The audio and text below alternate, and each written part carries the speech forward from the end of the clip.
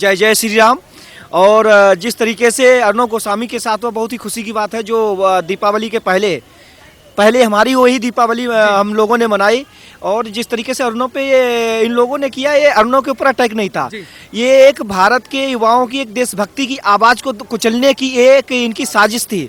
जिस तरीके से अर्णव को इन्होंने अंदर डलाया था, इन्होंने समझा कि आज हम अर्णव को अगर अंदर करवाते हैं तो आने वाले टाइम में शायद कोई युवा आवाज़ देशभक्त के लिए देशभक्ति में आगे ना आए। क्योंकि सबसे बड़े इन लोगों को परेशानी ये होती है, क्योंकि जो इनका विचारधारा, जो आतंकवादी संगठन के विचारधारा के जो लोग बैठे हैं, ये घबराने लगते हैं जब कोई युवा या देशभक्ति के लिए बोलता है या आगे आता है। या अर्णव गोस्वामी तो जो रिपब्लिक चैनल चला रहे हैं, वो केवल भारत में ही नहीं विदेशों में ही बहुत ज़्यादा देखा जा रहा है। जो टीआरपी का मैटर था, टीआरपी में जो था वो टीआरपी में हकीकत में था।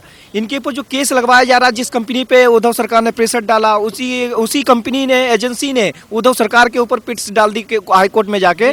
तो अर्णव को दबाने की साजिश महाराष्ट्र सरकार की थी, लेकिन महाराष्ट्र सरकार के पीछे, पर्दे के पीछे कौन है? पर्दे के पीछे दाऊद इब्राहिम है, पाकिस्तान है, चाइना है, सऊदी अरबिया है, मिशनरी जो फंडिंग आती वो लोग हैं। ये बहुत बड़ी बड़ी अंतर्राष्ट्रीय लेवल पर जो लव जिहाद चल रहा है, धर्मांतरण चल रहा है, धर्मांतरण से सीधे सीधे राष्ट्रांतरण चल रहा है, इस देश की संस्कृति को नष्ट करने के लिए, जो इसलिए वो घबरा गए कि अब देश में हो क्या रहा है। मतलब आने वाले टाइम में धीरे धीरे युवा जाग रहा है। तो अर्णव गोस्वामी उसकी एक विचारधारा के एक जीते जागते सबूत बन चुके हैं। इसलिए अर्णव को ये दबाने के लिए इन्होंने पूरी तरीके से पुरतोड़ तरीके से साजिश रची थी। अगर सुप्रीम कोर्ट नहीं होता तो शायद तनुजा जेल में अर्णव की हत्या कर दी जाती। जी। और प्लानिंग भी ऐसी ही थी। कुछ एनसीपी के एक नेता का वीडियो भी वायरल हुआ था, जिसमें वो कहता है कि हम लोग अर्णव गोस्वामी को इतना उकसाएंगे कि वो सुसाइड कर लेगा। तो वही जो सुशांत के साथ बॉलीवुड वालों ने किया, अब यही नेता अर्णव के साथ करना चाहते थे। देखो, सुशांत सिंह की तो हत्या की थी, वो एक साजिश थी। और जो इसमें जिस तरीके से ड्रग्स ले रहे थे, ड्रग्स में जो ऐसे सीन डलवाए जा रहे थे बॉलीवुड में, आज तक और सब पैसा इनमें आतंकवादियों का, दाऊद का और अंडरवर्ल्ड डॉन जो दुबई में बैठे हुए हैं, सटोरी है, जो सट्टा लगाते हैं, वो ऐसी विचारधारा की लोग इसमें पैसा लगाते थे। जो हीरोइन उसमें सीन नहीं देना चाहती थी, उन्हें ड्रग्स दे के उनके ऐसे सीन लेते थे, मूवी में डालते थे, क्योंकि इन्हें बिजनेस करना। जो इनके पास नहीं जाता उसको साइड में थे, जो बिस्तर गीला करेगा साथ में सोएगा, वही हाईलाइट होता था। तो बॉलीवुड में धीरे धीरे इन्होंने ओपन किया। अर्णव गोस्वामी का मेन मुद्दा था जो पाल घरवाला साधुओं की जो हत्या हुई, निर्गम हत्या की गई, वहाँ पे धर्मांतरण चल रहा था। और मतलब सन 2008 से 14 से 19 लगभग 50,000 करोड़ से ज़्यादा फंडिंग आई। मतलब 14 से 19 के बीच में 20,000 करोड़ रुपए आई फंडिंग। वो पैसा जब सरकार ने रिकॉर्ड मांगा, एनजीओ बैन किए, तो पैसा का कोई हिसाब नहीं है। वो पैसा सीधे सीधे धर्मांतरण में जा रहा है। तो इसीलिए हमारे जो भी वीडियो देख रहे हैं, उससे हमारी अपील है, जो मिशनरी वाले घूमते धर्मांतरण के लिए दबाव डालते, जो धर्मांतरण करते, उनको सीधे वहीं पे ट्रीटमेंट करो, उनको पकड़ो, पीटो उनको। क्योंकि जिम्मेदारी हमारी तुम्हारी संस्कृति बचाने की हमारी तुम्हारी है। अगर हम इस राष्ट्र में रह रहे हैं तो सबसे पहले ये हमारी जिम्मेदारी है, ये खुद का कर्तव्य है। और जिस देश की संस्कृति नष्ट हो गई तो उसका समाज नष्ट हो गया, समाज नष्ट हो गया तो उसका राष्ट्र नष्ट हो गया। तो इसीलिए जो धर्मांतरण मतलब धीरे धीरे राष्ट्रांतरण, ये एक घर से, एक परिवार से एक गांव बनता है, गांव से एक डिस्ट्रिक्ट बनता है, एक डिस्ट्रिक्ट से ये एक स्टेट बनता है, एक स्टेट से एक देश बनता है। और जब धीरे धीरे धर्मांतरण होगा, हिंदुओं की संख्या कम होगी, ये पुरतोड़ तरीके से यहाँ पे वही हो जाएगा जो पहले था। इसीलिए जो है अर्णव को दबाया जा रहा था। लेकिन सर, देशभक्त का खून कभी ठंडा नहीं होता है। शायद ये अघाड़ी और कांग्रेस ने और उद्धव सरकार ने गलती कर दी, क्योंकि देशभक्त का खून कभी ठंडा नहीं होता, चाहे वो इंडियन आर्मी का हो, कोई भी हो, किसी भी विचार। लेकिन अगर देशभक्त होगा तुम कितना भी उसे दबाओ, वो वही बात बोलेगा जो उसे बोलनी है। उससे इस तरीके से ट्रीटमेंट मदद करने का कर दोगे, कुछ नहीं है। एक दबाओगे दूसरा फिर तैयार होगा, कहाँ तक दबाओगे? तो अर्णव को हम अर्णव से अपील कर रहे हैं, जहां भी अर्णव गोस्वामी जी, कि अभी वो और खुल के ओपन हो आए। इन्हें डरना नहीं है, इन्हें डरना नहीं है, इनकी आंखें में आंखें डाल के बात करना चाहिए, क्योंकि डरना तो उन लोगों को चाहिए जो देश के सत्यानाश कर रहे हैं, जो यहाँ पे बम फोड़वाते थे, उन लोगों को डरना चाहिए। हम क्यों डरे? हम तो देश के लिए खड़े हैं ना।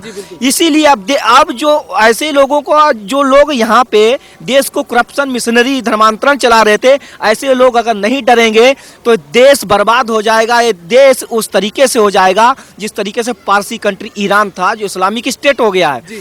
तो इसीलिए हम ये कह रहे हैं कि जैसे हमारी सनातन धर्म की संस्कृति है, राजा दिलीप, राजा आज, राजा दशरथ, राजा रामचंद्र, जो दीपोत्सव हो रहा है, 500 वर्ष से हम लड़ाई लड़ रहे हैं एक अपने मंदिर के लिए, जो हमारा मंदिर का निर्माण हो रहा है आज, इसीलिए हमने पूरी तरीके से अपना दीपोत्सव मनाया है और हमें इसलिए भारी खुशी हो रही है। और नो गोस्वामी भी दीपावली के पहले आए और ये सुप्रीम कोर्ट के न्याय को, हम सुप्रीम कोर्ट को बहुत आभारी हैं कि आप टाइम पे रहते, आपने एक अर्नब को नहीं, एक हजारों देशभक्त को बचा लिया, हजारों देशभक्त को नहीं, एक देश को बर्बाद होने से बचा लिया। जी बिल्कुल। जिस तरीके से देखा गया कि पूरा बॉलीवुड ही ड्रग्स में संलिप्त था, इस चीज पर मुंबई पुलिस से कोई कार्रवाई नहीं करी जाती है। सुशांत केस में 1 महीने से ज्यादा हो जाता है, तब भी मुंबई पुलिस से कुछ नहीं होता है। पर 2 साल पुराने मामले पर अर्नब गोस्वामी को उठाकर ले जाना, जैसे कि वो एक आतंकवादी हो, और उस पर उसको बुरी तरीके से असॉल्ट करना, मारना, पीटना, घसीटना, ऊपर से उसको डरा के रखना कि कोई ना कोई उसको मार देगा, तो इस चीज को किस तरीके से देखते हैं? बॉलीवुड पर कुछ नहीं होता इन लोगों से, पर जो सच की आवाज उठाता है उसकी आवाज को दबाने की कोशिश। नहीं, देखो, इसमें जो उद्धव का बेटा था आदित्य ठाकरे, ये रेप कांड में इसमें संलिप्त था पूरी तरीके से। और ये बड़े बड़े नेताओं के बड़े बिगड़ाए लोग होते हैं, ये मतलब अपने बेटों से तो बहुत अच्छे से बात करेंगे, लेकिन कोई गरीब जाएगा उससे तू तड़ाके से बात करते हैं। ये कल्चर है इस देश की, ये इनकी जो आतंकवादी संगठनों की ये कल्चर है।